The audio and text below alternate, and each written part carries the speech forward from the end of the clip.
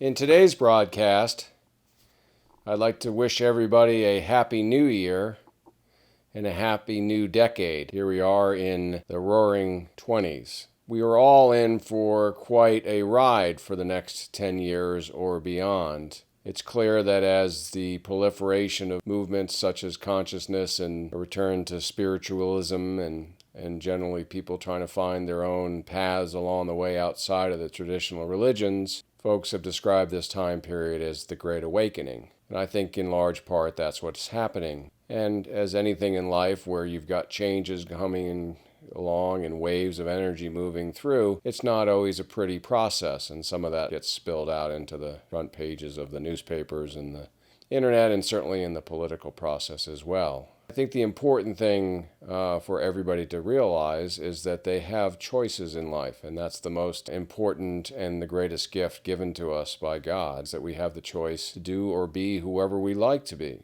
Certainly there are societal norms and moral codes that we must abide by, but for the most part, despite all the negativity that goes around, we've got it pretty well going right now. We have a lot of options at our disposal. We have a tremendous amount of information at the extension of the fingers and a couple clicks on the keyboard, and we can really discover anything that who we are or any theories about that, or if you just want to learn how to play the guitar. I try to look at this time period where we're at right now almost in awe, if we choose it to be in that light.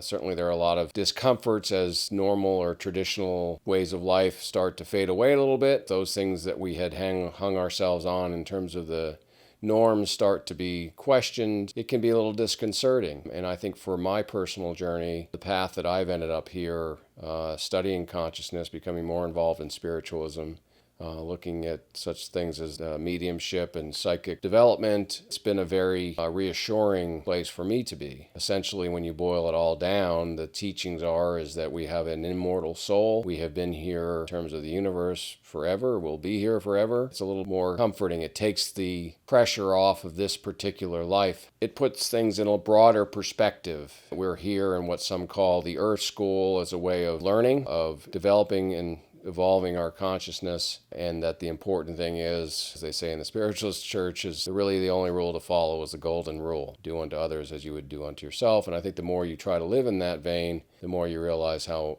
much of really the Christ message was being compassionate to others and giving back really matters. I try to come into the new decade with a positive outlook. Again, I can't stress enough the importance of choosing what you surround yourself with. And that comes from the form of social media or popular culture or politics. I mean, you can find yourself mired in a whole bunch of negativity unless you make some real clear life choices that this is what you choose to surround yourself and this is what you choose not to. In terms of where I am in my journey as the new decade begins, I've completed the 5 core courses at Atlantic University, Edgar Cayce's school, founded in his honor and in his teachings. So there are 5 core classes that I've now completed on my way to a master's in Transpersonal Psychology. I'm taking the next 2 courses. I'm more in the elective phase, although there are some that I have to complete for a specialization in creativity. That's where I'm going to be focused.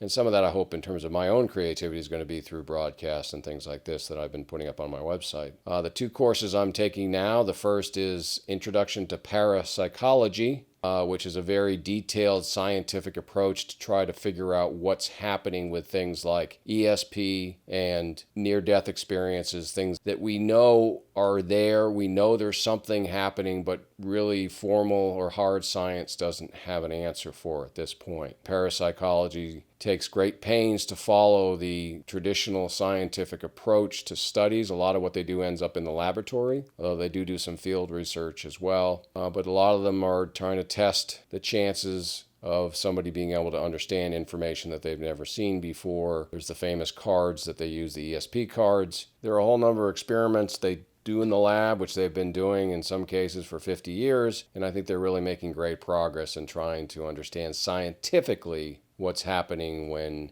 we either connect with another person telepathically or somebody has a near-death experience, or a host of other issues related to this field. And then the other course I'm taking is in dream analysis. I had a slice of this last summer as part of an introduction course. It was a third of the program area. It's a certification course for some. For me, it's part of my master's. When I'm completed the semester, I will be trained in how to help others interpret their dreams. And it's interesting because part of it is study is normal, and then we're going to be looking at our own dreams, but there's what they call a practicum, where I'll be leading a small group of people, who maybe 3 to 5, who are going to be tracking their own dreams, and I will facilitate discussions and help people understand what their subconscious, what the universe may be telling them through that 1/3 of our life that we largely ignore. At least our culture does. It wasn't always the case, and there's a lot to be mined in the dreams. So that's what I have going on in terms of my curriculum. I'm continuing to be active in the Spiritualist Church locally here in Falls Church, Virginia. I've now become an official member,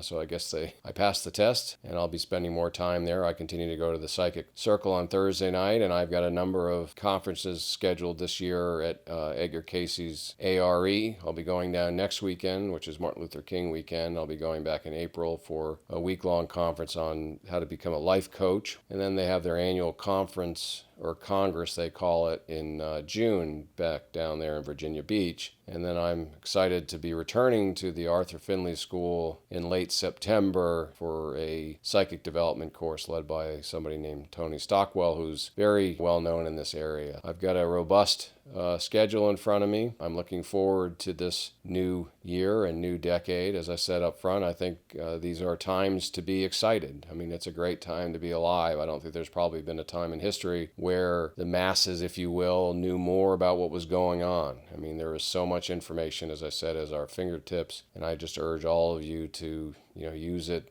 to better yourself, to become educated, to learn as much as you can, and really just to enjoy the ride. Thank you for listening.